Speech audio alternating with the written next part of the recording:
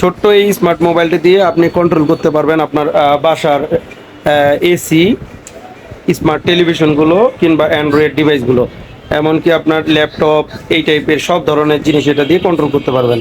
আজকে কথা বলব ভিম্যাক্সের বাটন 5G মোবাইল নিয়ে। এই মোবাইলটি বর্তমান বাংলাদেশ বাজারে অ্যাভেলেবল রয়েছে।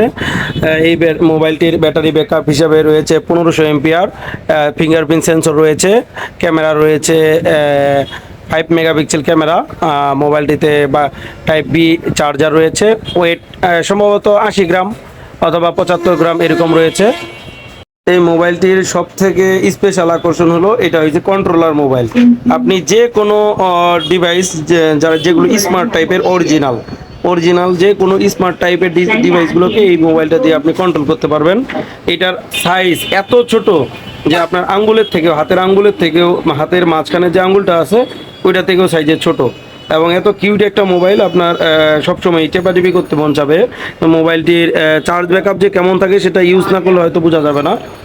সুপার অ্যামোলেড ডিসপ্লে ইউজ করছে মোবাইলটিতে, মিডিয়াটেকের চিপসেট ইউজ করছে, মিডিয়াটেক হেলিও G85 প্রসেসর এটার মধ্যে রয়েছে।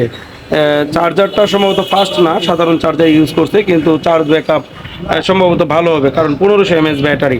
আর ডিসপ্লেটা 1.7 ইঞ্চি।